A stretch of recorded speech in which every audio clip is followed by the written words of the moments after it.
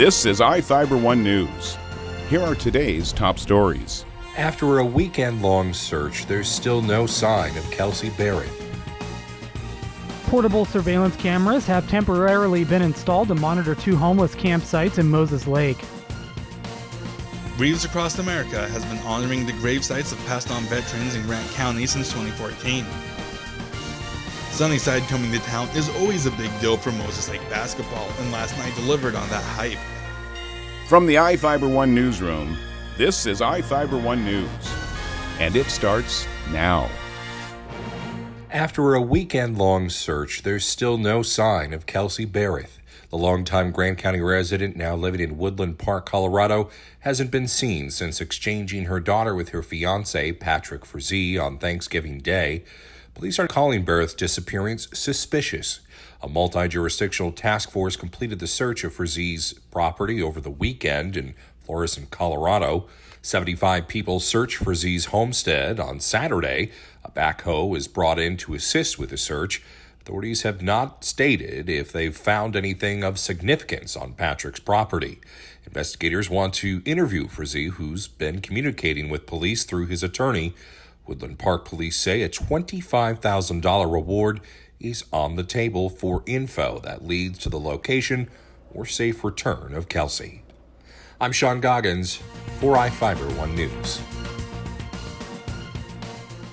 This segment is brought to you by Change doesn't have to be complicated. With a low-profile microwave hood combination that's ready to install right out of the box. It fits in the same space as your under-cabinet hood, so you can get your microwave off the countertop and make space for the routines worth keeping. The low-profile microwave hood combination from the #1 selling appliance brand in the USA. Whirlpool Appliances, now available at more furniture in Ephrata. Portable surveillance cameras have temporarily been installed to monitor two homeless campsites in Moses Lake. Police Chief Kevin Pure said the cameras have been placed on the Alder Fill and at Civic Park near the police station and the Moses Lake Public Library as a deterrent following the December 4th public forum where a handful of residents voiced safety concerns over the two homeless camps. So after the community meeting that we had regarding the homelessness 2 weeks ago on Tuesday night, we decided to put our portable camera systems up around in these areas where we've got the complaints of people urinating, defecating, and then some possible drug activity. So we stuck one of our cameras on Stratford near the Alderfill, and it looks to the south towards the tents that are set up there on the fill.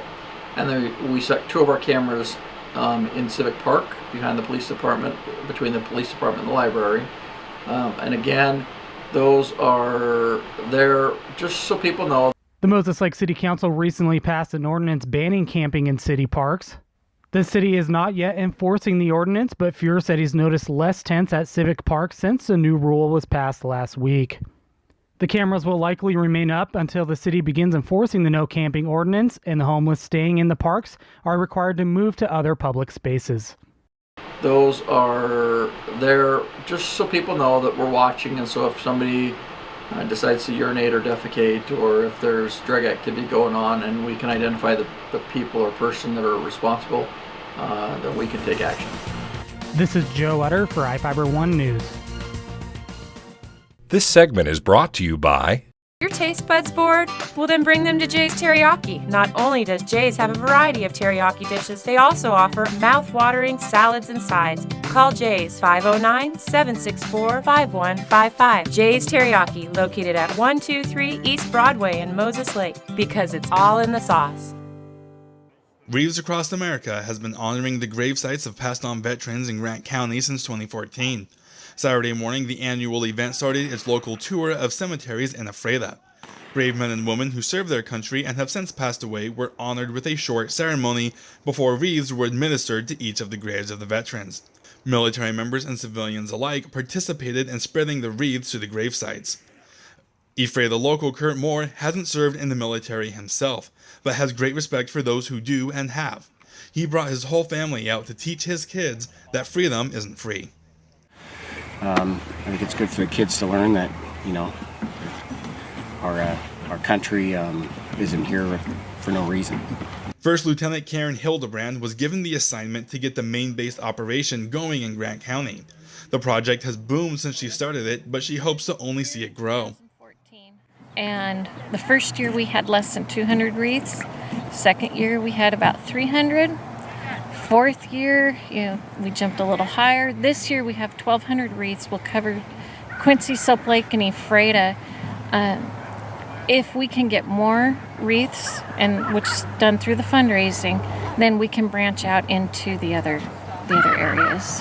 And that is our goal, is to move into those other areas. Wreaths across America will make 2 more stops after Ephrata. Saturday at 1 p.m., a similar ceremony will be held at the Quincy Valley Cemetery. And Sunday at noon, there will be a ceremony at the Valley View Cemetery in Soap Lake. I'm Adam Chkoski for iFIBER 1 News. Sunnyside coming to town is always a big deal for Moses Lake basketball, and last night delivered on that hype. The girls got started first in what became an instant classic between these two rivals. The Sunnyside Grizzlies pounded on the Moses Lake Chiefs for 3 quarters before the Chiefs started to show some life. The Grizzlies held a 10-point lead entering the 4th quarter, but the Chiefs fought their way back and sent the game to overtime on Brecca Erdman's free throw shots. In overtime, the two teams traded blows before the Grizzlies ultimately put the game out of reach, winning 68-63. The boys came out next and were ready to avenge their girls' teams, and they did just that, completely obliterating Sunnyside. Moses Lake won by a whopping 45 points, with the final score being 70-25. The 45-point win is the best the Chiefs have had since 2014. The Chiefs also made it to the state tournament in that year. The girls' team is now 3-3 on the season, and the boys are 2-4. They'll both play again Saturday night at Eastmont. Girls will tip off at 5:45 p.m. and the boys will play following the girls at approximately 7:30. I'm Adam Chkoski for iFIBER 1 Sports. This is iFIBER 1 News. For more information on these stories and other news, visit us online at iFiber1.com or check us out on Facebook.